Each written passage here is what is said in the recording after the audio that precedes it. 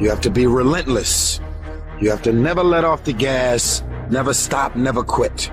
Never allow anyone to talk you out of the dream, the vision, and ideas that God has sent you. The only person that can hurt me is a friend. You have to be careful of your friends more so than people that you may think is your enemy. Everybody you fight is not your enemy, and everybody that helps you is not your friend. I just beat me. This ain't about nobody else. I don't give a fuck about nobody else. I just beat me. I'm in a battle with the only person that I really want to fucking beat, and that's me. If I can continue to outdo me from the day before, then I'm ahead. You can't wait until life isn't hard anymore before you decide to be happy. I was a soft kid. I was sensitive, I'd cry easy, and I would be scared to fist fight. And my mother used to tell me this thing, I don't even know if you remember, but you said this to me more than once. You said, son, sometimes you have to be a lion so you can be the lamb you really are. I talk this like a lion. I'm not afraid of any of you. When it comes word to word, I will gab with the best of them, just so I can chill and be me.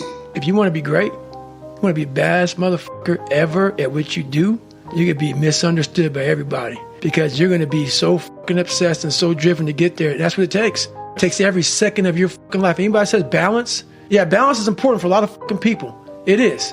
But if you want to fucking go to that edge where people do not like you, don't understand you, question everything you fucking do, you've arrived. When people don't understand you anymore, you're in that spot of obsession and drive. They asked the elderly couple one day, how have you guys been married for so long? He said, we come from a generation when something is broken, we don't throw it away, we fix it. When you can be happy in the midst of hardship, then you see the true potential of the mind. When you can't control what's happening, control how you respond to it.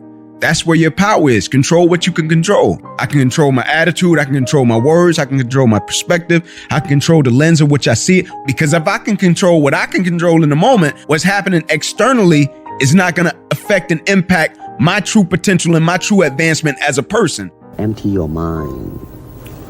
Be formless, shapeless, like water. Now you put water into a cup, it becomes the cup. You put water into a bottle, it becomes the bottle. You put it in a teapot, it becomes the teapot. Now water can flow or it can crash.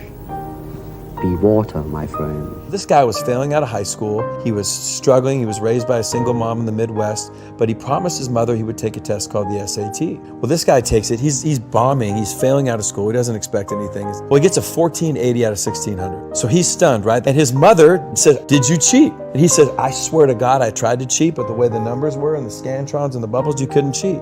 So what he decides is because he realizes he's smart and he's going into his senior year, he says, I'm going to go to class. He graduates, goes to a community college, and becomes this massively successful magazine entrepreneur. 12 years after all this guy's success, he gets a letter in the mail. The year he took the test, he was one of 13 people sent the wrong SAT score. His actual score was a 740 out of 1600. And he said, people think my whole life changed when I got the 1480. But what happened? My whole life changed when I started acting like a 1480. And what does a 1480 do? He goes to class. What I do, not how I feel about my past, is going to determine who I am in the future. I don't let people tell me what I can and can't do. It won't happen. Don't do this, don't do that. Okay, whatever. Like, it don't matter what they say. Whatever you believe, you go for it. And you got to understand, before you succeed, you must first learn to fail. Like, if you fail 1 or 2 times and you stop pursuing your dream, you ain't ready anyway. I had a conversation with a friend one day. He was talking about family and life. And I asked him, how do you see your kid's future? And he said to me, my grandfather walked 10 miles to work every day. My father walked 5. I'm driving a Cadillac. My son is in a Mercedes. He said my grandson will be in a Ferrari. But he said my great-grandson will be walking again. So I asked him, I said, well, why is that? And he said to me, tough times create strong men. Strong men create easy times. Easy times create weak men. Weak men create tough times. He said to me, many will not understand, but you have to raise warriors. See, we want to grow, but we want to stay liked by everybody. I was willing to be my own rescue at the risk of your approval. But most of us aren't like that. We want to be liked. Well, I woke up and I like myself today, so your like is extra. My job is to like me first. I was willing to say every day, Lisa, you like you? Lisa, are you proud of you? Lisa, are you playing full out? Every day before I checked in with anybody else. The world ain't all sunshine and rainbows. It's a very mean and nasty place, and I don't care how tough you are, it will beat you to your knees and keep you there permanently if you let it. You, me, or nobody is gonna hit as hard as life. But it ain't about how hard you hit. It's about how hard you can get hit and keep moving forward. How much you can take and keep moving forward. That's how winning is done. Now, if you know what you're worth, now go out and get what you're worth. But you gotta be willing to take the hits. If you can't stick to something for 5 fucking days, you deserve to have a shitty life. You deserve to get your ass kicked. You deserve to be miserable. We're talking about 5 fucking days. We're not talking about 50 years.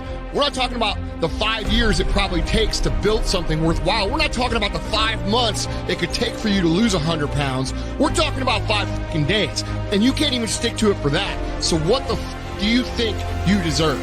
You deserve exactly what you get. You can't read somebody else's book about some theory on how to do shit. Some guy who sat up in their nice warm office and wrote some book with a nice cup of coffee in the fucking hand. No, I want to see that guy who immersed himself in fucking hell.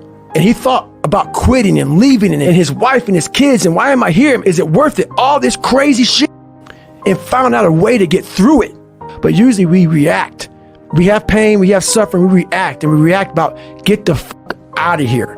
It's those people who are able to control that feeling of flight and say, no, motherfucker, there's a way through this. This shit's going to end. It's going to end, but we don't know that. We don't think that. At that time, it's going to last forever. So what keeps me going? I've quit several things. I know what's on the back end of fucking quitting. It's a lifetime of thinking about why the fuck did I do that?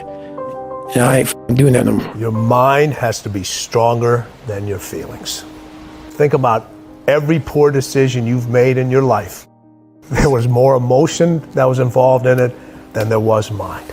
Every single one of them. Think about it. Really was. Your feelings keep you in bed. Your mind tells you, get up. I don't care how good you are in anything. You don't have discipline. You ain't nobody. You're nothing without discipline. Because you give up under the slightest struggle without discipline. Discipline is doing what you hate to do, but do it like you love it.